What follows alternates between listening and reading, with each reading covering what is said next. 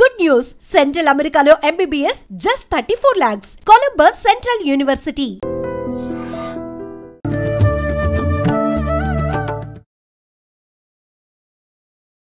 నమస్కారం, welcome to I dream. ధర్మ మార్గం విత్ విజిత కార్యక్రమానికి స్వాగతం.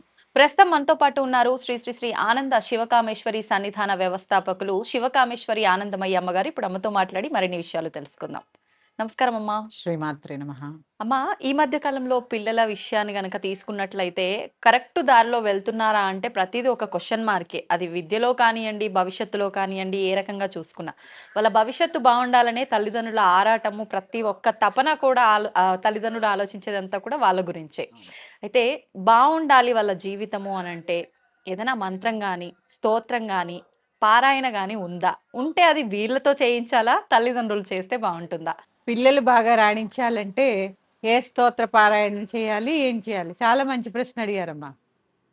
ముందు ఒక విషయం ఉన్నాయి, చాలా స్తోత్రాలు ఉన్నాయి. పిల్లలకి బాగా చదువు రావాలన్నా, బాగా వృద్ధిలోకి రావాలన్నా చాలా స్తోత్రాలు ఉన్నాయి. దానికన్నా ముందు పిల్లలు బాగా రాణించాలంటే ముందుగా చేయవలసింది పొద్దున్నే లేచి తల్లిదండ్రులకి నమస్కారం చేసుకోవడం. ఇంట్లో పెద్దలు ఎవరైతే ఉన్నారో వాళ్ళ ఆశీర్వాదం తీసుకోవడం ప్రతినిత్యము కూడా. ప్రతినిత్యము. ఎందుకంటే చూడండి, మనం కొత్త వస్త్రాలు ధరించనియండి, ఏదైనా పండగ రానియండి, వెళ్ళి పెద్దవాళ్ళ కాళ్ళు మొక్కుతాం. అవును. అంటే పెద్దల ఆశీర్వాద బలం అలాంటిది. ఇంట్లో తాతమ్మలు, నాయనమ్మలు ఎప్పుడైతే ఉంటారో వాళ్ళకి ఆ విలువలు తెలుస్తాయి. ఆ విలువలు తెలుస్తాయి. మనం అనుకుంటాం అక్కడ ఏదో అక్షింతలు వేశారని. కాదమ్మా, వాళ్ళు మనస్ఫూర్తిగా తన యొక్క మనవల్ని, పిల్లల్ని ఆశీర్వదిస్తారు. ఎందుకంటే తన వంశం వాళ్ళు వృద్ధిలోకి రావాలి నా పిల్లలు అని ఆ నాయనమ్మ తాతయ్యలు, అమ్మమ్మ తాతలు కోరుకుంటారు. అందుకని మీ ఇంట్లో గనక అవకాశం ఉంటే ప్రతిరోజు నాయనమ్మ తాతల కాళ్ళకి నమస్కారం చేయించండి. అమ్మమ్మ తాతలున్నా నమస్కారం చేయండి. నమస్కారం చేసిన తర్వాత స్నానాది కార్యక్రమాలు ముగించుకున్న తర్వాత ప్రతిరోజు ఒక గణపతి ప్రార్థన నేర్పండి. చిన్నప్పటి నుంచే నేర్పండి అమ్మా. మొక్కై వంగనిదే మానే వంగదు. అంతే అమ్మా. తల్లే మొదటి గురువు. శుక్లాంబరధరం విష్ణుం శశివర్ణం చతుర్భుజం ప్రసన్న వదనం ధ్యాయేత్ సర్వ విఘ్నోపశాంతయే. ఈ శ్లోకాన్ని చదవడం కాదు, దాని యొక్క అర్థం చెప్పండి.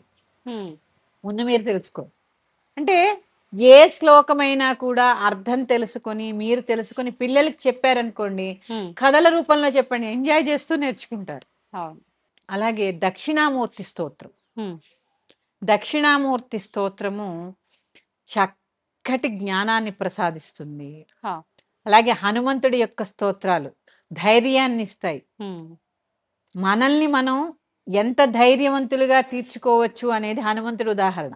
అవును. ఎందుకంటే సముద్రాన్ని దాటేసి వచ్చాడు. పిల్లలు ఎంజాయ్ చేస్తారు కదమ్మా. చిన్నగా ఉన్నప్పుడు నేర్పిస్తే, హనుమంతుడి గురించి చెప్పారనుకోండి, పిల్లలు ఎంజాయ్ చేస్తారు. నిజంగానే. అంటే ఆసక్తి కూడా పెరుగుతుంది, తెలుసుకోవాలి అని. నా టీవీలో దిక్కుమాలిన పోకేమాన్ అని ఆ నోరు తెరుచుకుని దరిద్రంగా చంగగారుస్తూ ఉంటాడు ఒకడు. ఇలాంటివి కాకుండా బాల భీముడి గురించో, లేకపోతే బాల భారతము, బాల రామాయణము, హనుమాను, వీర హనుమాన్ అనేది వస్తుంది కదా చిన్నది. అవును. ఇలాంటివి చూడడానికి ప్రోత్సహించండి. మన ధర్మం అర్థమవుతుంది. ఎందుకంటే అమ్మా, ధర్మో రక్షతి రక్షితః.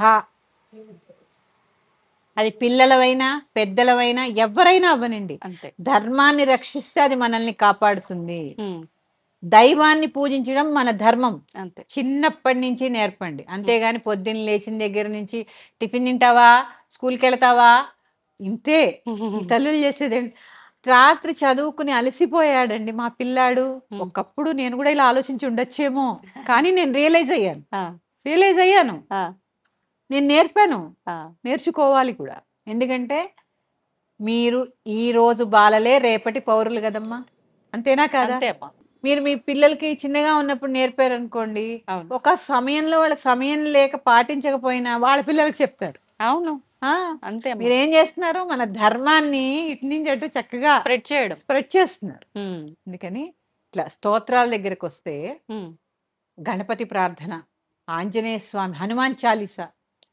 ప్రతిరోజు హనుమాన్ చాలీసా నేర్పడమ్మా. మీ పిల్లల జీవితంలో ఏ కష్టం వచ్చినా హనుమంతుడు తోడుంటాడు. హనుమాన్ చాలీసా చిన్నగా ఏదైనా భజన పాట. అందుకే నెలకొక సత్సంగం ఇంట్లో. ఎంతసేపు సెలవు వచ్చినా సినిమా చూద్దామా, సెలవు వచ్చినా బిర్యానీ వండుకుందామా, సెలవు వచ్చినా బయటికి వెళ్దామా. ఇక ఈ పార్టీ పబ్బులు ఇదే కల్చర్ నేర్పకుండా మన ధర్మం అలవాటు చేయండి. చిన్నప్పటి నుంచి అలవాటు చేయండి. పెద్దయ్యాక మీరు ఏడ్చి మొత్తుకున్నా మా పిల్లలు దేవుడికి దండం పెట్టలేదు వాళ్ళని అనకండి, మిమ్మల్ని మీరు తిట్టుకోండి. ఏం చేస్తున్నారు చిన్నప్పటి నుంచి? గాడిదలు కాస్తున్నారా? చిన్నప్పుడు ఎప్పుడైనా భగవంతుడికి దగ్గరికి తీసుకెళ్ళి నమస్కారం పెట్టడం అలవాటు చేస్తే వాళ్ళు పెద్దయ్యాక కూడా పెడతారు. అందుకని చిన్నప్పటి నుంచి కూడా భగవద్ ధ్యానం, భగవద్భక్తి అలవాటు చేయండి. ధ్యానం ప్రశాంతతనిస్తుంది. చక్కగా ఒక వయసు నుంచి అలవాటు చేయండి. అందుకే చాణక్య నీతిలో ఒకటి చెప్పబడింది, పిల్లలనట జీరో ఏజ్ అంటే ఒక నెల నుంచి 5 సంవత్సరాల వరకు రాజులాగా పరిగణించాలట. 5 సంవత్సరాల నుంచి 10 సంవత్సరాల వరకు సేవకుల్లా చూడాలట. అంటే పనులు నేర్పడం. మనం ఏం చేస్తాం, ఆ సమయంలోనే ఎక్కువ గారం చేస్తాం. అమ్మో పిల్లాడు చేయగలడా, అమ్మో పిల్లాడు అంటే చిన్న పిల్లలు అని వంగడు. అప్పుడు ఇంకా 11 ఏళ్ళు వచ్చాక ఇంకేం, టీనేజ్కి వచ్చాక ఏం వంగుతారమ్మా, అస్సలు వినరు. ఆ తర్వాత నుంచి స్నేహితుల్లా మెలగాలి.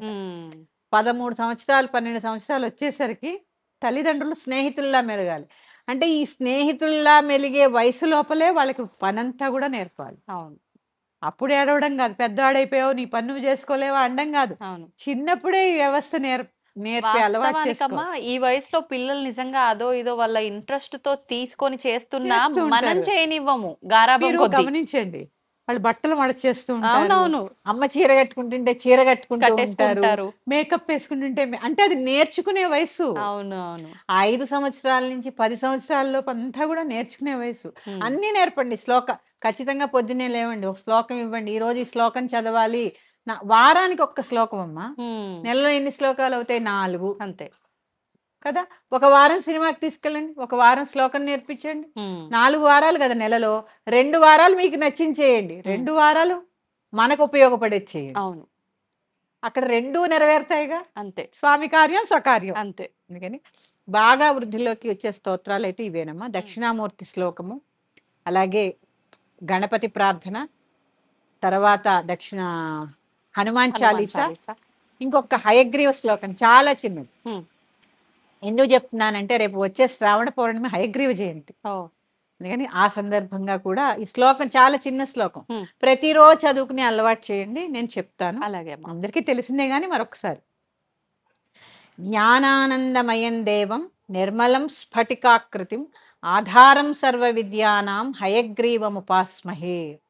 అన్ని విద్యలకి కూడా మూలం హయగ్రీవ స్వామి. అందుకని ఈ శ్లోకం నేర్పించండి. మీ హనుమాన్ చాలీసా ఒక్కటి వచ్చిందా మీ పిల్లలకి జీవితంలో ఎదురుండదండి. ఎందుకంటే ఇంకొకటి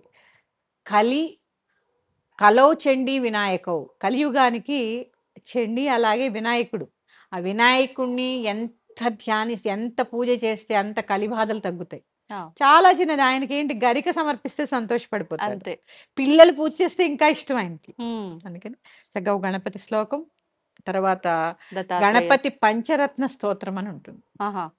అది చాలా సులువు, నేర్పండి, నోటికి వచ్చేసేలాగా నేర్పండి. ఇవన్నీ కూడా మంచి భవిష్యత్తు, మంచి పునాది మీ పిల్లలకి ఏర్పడడానికి తోడ్పాడవుతాయి. విన్నా సరిపోతుందా అమ్మ? అంటే చదవలేని ఏజ్ లో ఉన్న చిన్న పిల్లలు అలాంటి వాళ్ళైతే ప్లే చేస్తుంటే వాళ్ళకు నేర్పండి. అమ్మలు కూర్చుని ఏంటి ప్లే చేస్తే, ఇప్పుడు మీరు ఇంకా ఇందాక ఇంకో ప్రశ్న అడిగారు, మా పిల్లలు చేయలేకపోతే మేము చేయొచ్చా అని. మీరు ఆకలేస్తే మీరు తింటున్నారా, మీ పిల్లలు తింటున్నారా? ఎవరి భోజనం వాళ్ళే తినాలి. మీ పిల్లలకి ఆకలేస్తే మీ పిల్లలే తినాలి కదా, వాళ్ళకి కదా అవసరం. అందుకని వాళ్ళని నేర్చుకోనియండి. ఇప్పుడు నేర్పితే వాళ్ళకి కష్ట సమయం వచ్చినప్పుడు అలవాటు అయిపోతుంది కాబట్టి చదువుకుంటారు, చక్కగా భగవంతుడి యొక్క గొడుగులో ఉంటారు, ఎటువంటి ఆపదలు లేకుండా ముందుకు వెళతారు. శ్రీమాత్రే నమః. శ్రీమాత్రే నమః. తవ్వుతున్న శివలింగం సరే, దాన్ని అట్లా కప్పేసేయండి, చూపించదండి. మూర్తి పూజ కాదు, సాక్షాత్ బ్రజేంద్ర నందన భగవాన్ ఉన్నారు మూర్తిలో. ఏమీ ఆశించకుండా ఆరాధించే వాళ్ళు కూడా ఉన్నారా ప్రభుజీ? నిజమైన భక్తి అంటే మనకు తెలియదు కాబట్టి